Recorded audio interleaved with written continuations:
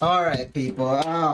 The game just finished, and unfortunately, I have to say that has to be Raya and Saliba's worst performance I've seen in forever. If I don't know, today it was just so weird defensively. Even Lewis Kelly did not have a good match today. You guys obviously you can see the scoreline there, and oh my gosh, the headache that I had today watching that match is crazy, bro. Like I can't believe Saliba made that mistake. Like literally, you could see if you watch the highlight, you can see Odegaard was telling him to pass it back to Raya, and then Saliba tries to pass it to what's it called, Odegaard, and there's a defend. There was a, he was already getting pressed. There was an opponent right next to him. I was like, why would you do that? And again, I don't want to blame Odegaard too much for that second goal that Mateta scored. Like Mateta's a big guy, right?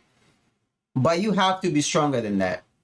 Like Odegaard, you have to be stronger than that. You got to keep yourself on the feet, just like Jockey or something, bro. He tries to win the ball. Mateta like bodies him with his arm. Like, come on. That's such a disappointing goal to score. But the funny thing is, I was live streaming on TikTok, and I was telling my people on TikTok, it was about the 74th minute. I said, if Arsenal do not score in the next 6 minutes, because I was seeing Mateta was getting warmed up, he was about to be put in. I said to the chat, if we don't score in the next 6 minutes, Mateta is gonna come on and he's gonna make it 2-2. I said that. And guess what? 8 minutes from me saying that statement, Mateta comes on and we make that poor mistake there. That's a poor mistake right there from Saliba. Pass it directly to the Crystal Palace player. Oh my God. Like, that's the second mistake Saliba has made from the Real Madrid match, because we also conceded from us a direct mistake by Saliba. That's not, I don't know what's going on in his head, but he needs to focus. But overall, even though I don't want to blame Odegaard too much, but in the attack, Odegaard has been so poor, bro.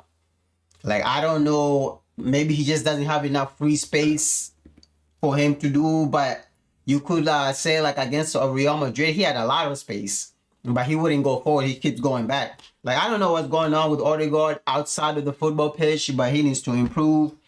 Majority, Lewis Skelly today, probably his poorest performance. I ain't even gonna lie. Lewis Skelly today was not his usual best.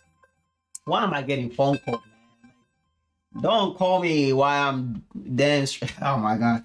Let me try. Okay. Focus. All right. Let's get to Thomas Partey. Thomas Partey was average today at best, to be honest with you. Average at best, as in like he was giving the ball away a lot of times.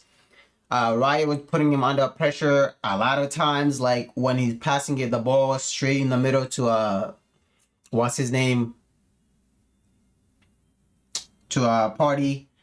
Declan Rice, to be honest with you, even though on the stats they give Rice like a low rating, like I feel like he did better than Partey. Even though Partey probably was given a better rating during the match, I feel like Rice is a good engine. Obviously, as far as going forward, we weren't doing much. Crystal Palace had a good setup. They were playing like a 4-4-2, sometimes 4-3-3. They were very tight in the midfield. We were getting outnumbered in the midfield. We couldn't get past the midfield. Like, we really need to improve that game against PSG, and we're not gonna have Thomas Partey against PSG. So we really need to improve that midfield, because the way they were defending, I'm betting you PSG was watching this match and they were seeing that we were not able to break down Crystal Palace in the midfield. And then when Mateta came on, especially, even actually when Nketiah was playing, they were able to get the ball to Nketiah and do a counter attack with Nketiah. If only Nketiah was better. But they will always have three players up top. Ball goes into Nketiah. They have two players on the wing open. So maybe PSG is watching that and they might be able to play against us by winning the midfield again. And obviously, they're going to have to be very good in the defense. They cannot play open football like Real Madrid. But if PSG play open football, then obviously we got a great chance of beating them.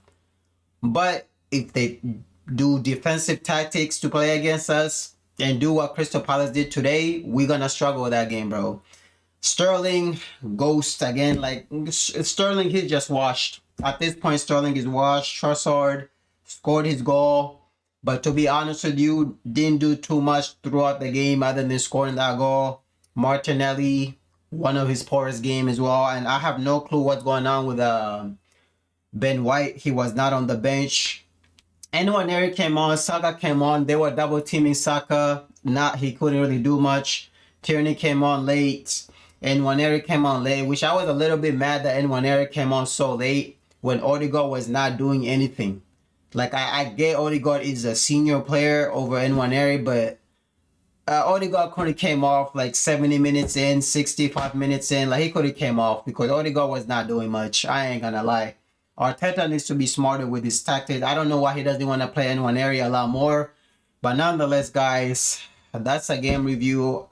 Hopefully, we play better against PSG. Our next game is on Tuesday, so we don't even play this weekend.